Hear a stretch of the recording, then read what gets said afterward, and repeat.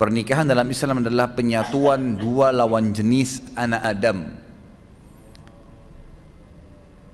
dalam sebuah ikatan ritual agama yang menghalalkan hubungan biologis di antara keduanya,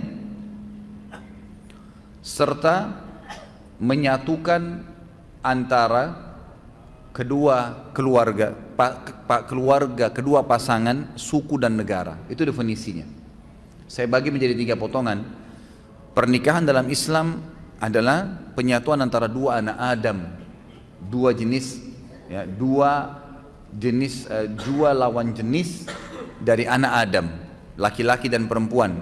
Dari definisi ini keluar tidak boleh nikah sesama jenis, nggak ada homoseksual, nggak ada lesbian. Adanya laki-laki dan perempuan, murni laki-laki full, perempuan full, semuanya. Yang tengah-tengah nggak diterima dalam Islam. Banci, lesbian, homoseksual nggak ada dalam Islam, ditolak semua, dosa besar, hukum, nggak boleh, penyakit. Nabi SAW menyuruh seorang banci yang pernah duduk di sekitar para sahabat, lalu Nabi SAW dengar, lalu Nabi mengusir, mengatakan keluarkan orang yang dari Madinah, dianggap penyakit, nggak boleh ada. Kemudian dari anak Adam, berarti tidak boleh seseorang muslim menikah kecuali kepada manusia, tidak boleh nikah sama jin, nggak boleh melampiaskan biologis dengan hewan, sama manusia. Dalam satu ikatan ritual agama yang menghalalkan hubungan biologis di antara mereka. Jadi ini ibadah. Pernikahan adalah ibadah. Kalau Anda yang hadir di sini sudah menikah dan belum niat ibadah waktu itu, hanya karena ajakan teman, hanya karena suruhan orang tua, hanya karena kebetulan suka, itu semua tidak ada dalam Islam. Tidak ada. Pernikahan harus jelas dari awal niatnya karena ibadah, sehingga suka dukanya kita bisa laluin. Yang menghalalkan hubungan biologis di antara keduanya, memang tujuan pernikahan 50%, 70% hubungan biologis. Allah sudah bebankan. Munafik orang mengatakan tidak butuh lihat lawan jenis. Kita butuh lihat, butuh ngobrol, butuh pegang, butuh cium, butuh curhat, butuh berhubungan jima, hubungan biologis. Itu fitrah. Kalau ada orang tidak butuh ini, dia keluar, abnormal, bukan orang yang normal. Tidak ada di situ dia. Dia keluar dari batas normalnya. Tapi kalau dia normal, maka manusiawi sekali dia membutuhkan itu. Tapi Allah Subhanahu Wa Taala mengajarkan kita caranya dengan akad nikah. Hanya 5 menit. Si wali mengatakan saya nikahkan kamu sama anak saya Fulan bin Fulan. Kemudian si laki-laki mengatakan saya terima, selesai. Sah pernikahannya. Hubungan biologisnya juga sah. Lalu dikatakan akan menyatukan keluarga kedua pasangan. Jangan antum menikah targetnya hanya pasangan kita. Kalau kita menikah, tanda kutip kita juga menikah, tanda kutip ya, kita juga menikah dengan keluarganya. Harus siap, ada ipar, ada mertua. Banyak orang ribut sama mertuanya, ribut sama iparnya karena dia tidak siap. Dia cuma mau pasangan hidupnya saja, eksklusif. Iparnya datang gak dibukain pintu. Suaminya mau bakti sama ibunya, cemberut. Dosa dia. Gimana caranya? Hukum syar'i tidak bisa diubah. Ini bukan hukum rimba. Hukum Allah pencipta langit dan bumi. Laki-laki tetap wajib bakti sama orang tuanya sampai dia mati. Dianya mati. Kalau orang tuanya mati atau hidup tetap wajib dia bakti. Tidak boleh istri menjadi penghalang suaminya untuk ketemu ibunya, bakti, ngantarin makanan, ziarah kuburnya kalau mati. Nggak boleh, haram. Dia harus dukung. Banyak istri bangkang dalam poin ini sampai seorang anak berani bangkang dengan orang tuanya. Bahkan saya tahu ada kejadian di Jakarta karena istrinya nggak suka. Tadinya dia belikan rumah ibunya di sebelah rumahnya, dipindahin ibunya. Durhaka sama orang tua. Sampai ulama mengatakan kalau ada seorang anak laki-laki menikah, kemudian dia biarkan ibunya duduk di belakang, istrinya di depan, dia durhaka itu. Itu namanya, durhaka. Kecuali ibunya yang minta. Tidak boleh. Dan ini wanita harus paham nih. Nggak bisa. Kalau wanita seperti ini diceraikan, halal dalam agama Islam. Dia menjadi penyebab si anak putus dengan orang tuanya, halal diceraikan. Nggak boleh. Lain kalau perempuan yang memang menikah suaminya nomor 1. Sama Anda juga sebagai laki-laki. tahu perempuan ini pada saat menikah dia punya orang tua, dia punya anak, dia punya saudara, kita punya ipar, harus bisa datang ke rumah, bertemu. Ustadz, mertua saya cerewet, nggak apa-apa, cobaan. Enaknya hidup nggak mau ada cobaan, gimana caranya? Harus ada cobaannya. Ada orang dicoba di pasangan hidupnya, di mertuanya, di iparnya, di anaknya, di tetangganya, banyak, harus ada cobaan. Kalau nggak ada cobaan, hidup kita datar terus, nggak ada seninya kehidupan ini. Nggak ada seninya, dan manusia nanti tidak akan keluar, potensi seseorang akan keluar kalau cobaan ada. Kita akan muncul ide-ide untuk mencari jalan keluar pada saat kapan? Cobaan ada. Bayangkan kalau hidup kita datar terus nggak ada cobaannya, nggak bakal keluar potensi kita. Allah SWT datangkan cobaan itu untuk mengorek, mengeluarkan potensi yang ada.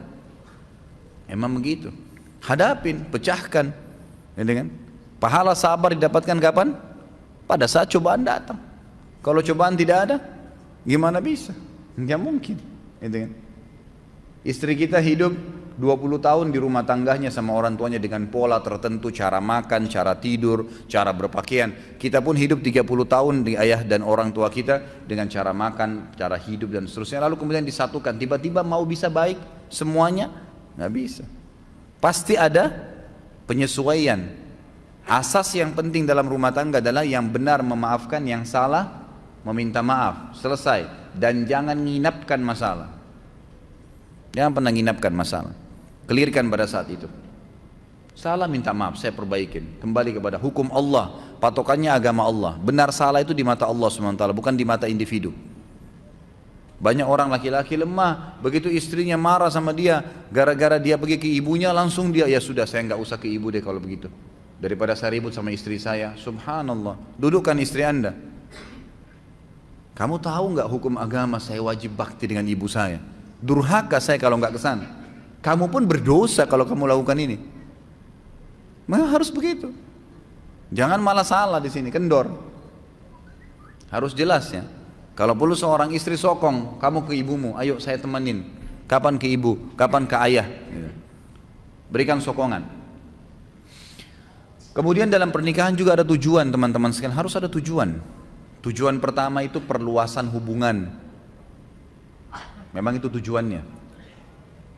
A'udzubillahi minasyaitonir rajim. Ya ayuhan nas, inna khalaqnakum min dzakarin wa untha wa ja'alnakum syu'uban wa qabaila lita'arafu. Inna akramakum indallahi atqakum. Hai manusia, kami ciptakan kalian bersuku-suku dari laki-laki dan perempuan, dan kami jadikan kalian bersuku-suku, berbangsa-bangsa. Itu variasi Allah kasih. Semua kan dari Adam dan Hawa ya. Kenapa ada orang Arab, ada orang Melayu, ada orang bule, ada orang Afrika, suku-sukunya banyak. Ya Allah sengaja buat variasi itu untuk kalian saling kenal, mengenal. Kata ulama tafsir, dengan pernikahan tahu tradisi makanan ini, pakaian ini, terusnya. Ada tujuan. Orang yang melangkah kepada sebuah perbuatan tanpa tujuan, maka tidak sampai kepada target yang dia inginkan. Ada orang masuk ke mall, nggak ada tujuannya, nggak ada sesuatu. Dia nanti kacau balau itu. Belanja sembarangan, beli makanan sembarangan, habisin uang percuma, buang-buang waktu, nggak ada tujuan. Nggak bisa. Dalam Islam harus ada tujuan. Saya ke masjid mau sholat, tujuannya sholat, jangan pikirin yang lain, udah. Lagi mau belanja sesuatu di pasar, memang tujuannya beli sayur, beli tempe, beli segala, beli itu. Ibu-ibu jangan singgah beli daster. Nggak boleh, harus tujuannya jelas. Kalau enggak kemana-mana tuh nanti. Tujuan harus ada. Kita kerja di satu perusahaan, tujuannya ada target. Orang kalau cuma sekedar ya kebetulan supaya saya kerja deh, nggak bakal meningkat prestasinya, nggak bakalan. 10 tahun begitu terus jabatannya. Tapi kalau ada tujuan saya masuk di sini apa nih? Kelas tertingginya dalam target di perusahaan ini apa? 1, 2, 3, 4, 5 jenjangnya. Target saya 2 tahun saya sudah harus sampai di tingkat yang kelima. Harus ada target. Nggak bisa, dan itu dengan tujuan kita masuk ke situ. Tujuan berumah tangga ada. Perluasan hubungan, kita akan kenal keluarga istri, keluarga suami, jaringannya lebih luas. Yang kedua, tujuannya itu keturunan. Kalau ada laki-laki yang melamar akhwat di belakang sana bilang, saya mau nikah sama kamu tapi nggak mau punya anak ya, tolak langsung. Nggak ada ceritanya itu. Tujuan pernikahan, dari mana kita bisa mendapatkan keturunan? Allah SWT jadikan hubungan biologis itu satu-satunya jalan untuk berlanjut generasi manusia. Yazra'ukum fi, kata Allah. Dengan pernikahan itu Allah jadikan kalian berkembang biak di situ. Memang begitu, tujuannya ada. Yang ketiga, ketentraman. Nikah butuh ketentraman. Cari orang yang akan jadi pasangan kita yang buat ketentraman, dan itu hanya satu. Poinnya supaya bisa tentram, cari agamanya. Imannya ada. Kita sudah tahu semua itu, maka agamanya didahulukan. Bagaimana agamanya dia? Kalau weekend, kalau liburan, kemana ya? Oh, saya ke majelis ta'lim ini. Oh, saya hadir di pengajian ustadz ini. Oh, saya kalau weekend ke karaoke, saya ke pantai di Ancol duduk dengan sama teman-teman. Oh, saya main gaple. Udah jelas. Tidak ada ketentraman, mustahil, karena habis nikah dia akan buat sama itu. Dia akan buat sama. Perempuan yang nikah sama playboy asalnya sebelum nikah, jangan heran kalau dia selingkuh setelah nikah. Wajar itu. Laki-laki yang menikah dengan wanita yang tidak pakai jilbab, jangan heran kalau setelah menikah dia tidak pakai jilbab, atau dia tidak sholat, atau memang dia pernah bohong, ya dia akan bohong. Itu tradisi dia. Cari orang yang bawa ketentraman. Dan itu patokannya adalah agama. Dan yang keempat, tujuan pernikahan adalah menjalankan perintah Allah dan Rasulnya. Di ibadah diniatkan untuk itu. Kata Nabi SAW, an-nikahu sunnati wa man raghiba an sunnati falaysa minni. Siapa yang menikah itu adalah bagian dari sunnahku, siapa yang menolaknya maka bukan siapa yang menolak sunnahku maka bukan dari golonganku. Jadi ada tujuan-tujuan. Di antara substansial tujuan pernikahan yang kelima adalah memenuhi hubungan biologis, kebutuhan biologis. Itu tujuan memang. Tujuan kita menikah memang untuk melampiaskan biologis. Untuk ngobrol, tatap-tatapan, ciuman, pegang, hubungan biologis, bahkan digantungkan pahala besar. Boleh nggak pacaran Ustaz? Boleh, setelah akad nikah. Sebelum akad nikah nggak ada pacaran dalam Islam. Bagaimana caranya saya kenal dia? Banyak orang sekarang begitu. Harus terperiksa tai lalatnya perempuan itu di tangannya ada nggak? Lihat rambutnya seperti apa? Dan beragam macam alasan. 3 rahasia penting dalam agama untuk mengenal konsep ta'aruf dalam Islam. Kenali fisiknya, kenali keluarganya, kenali lingkungannya. Titik, selesai. Fisik sesuatu apa yang kita menarik nih? Kata Nabi SAW, lihat dari lawan jenis yang kau mau nikahi sesuatu yang menarik buat kamu. Apa saja? Alisnya, warna kulitnya, sesuatu di wajah dan telapak tangan yang jadikan patokan. Sudah selesai? Oh iya, ini mungkin masuk di kriteria saya. Baik, cukup. Kemudian masuk yang kedua ke keluarganya. Secara umum, keluarga ayahnya akan mewariskan fisik kepada anak cucu kita nanti. Keluarga ibunya akan menurunkan karakter dan sifat. Saya sudah pernah jelaskan yang sahabat kulitnya putih, istrinya putih, anaknya hitam seperti anak Afrika. Suaminya langsung bilang, pasti kau selingkuh. Kok bisa saya putih, kamu putih, ini hitam keluar nih. Kata istrinya, demi Allah saya nggak pernah disentuh kecuali sama kamu. Ribut, didengar oleh Nabi SAW, dilapor, ya Rasulullah, nih lihat nih, putih-putih ini hitam. Gimana bisa? Nabi SAW diam sejenak, datang wahyu. Lalu Nabi SAW tanya, sesuai dengan wahyu kepada laki-laki tersebut, ada gak kakekmu kulitnya hitam begini? Dia bilang ada, ini keturunannya itu. Jadi fisik turun, makanya biasa kita dapat suami istri mukanya beda sama anaknya kan? Karena itu dari kakek-kakeknya, dari turunan ayah mereka. Jadi turunan ayah istri dan turunan ayah suami itu sama, nanti menurunkan, mewariskan fisik secara global ya. Jangan dilihat substansialnya secara global.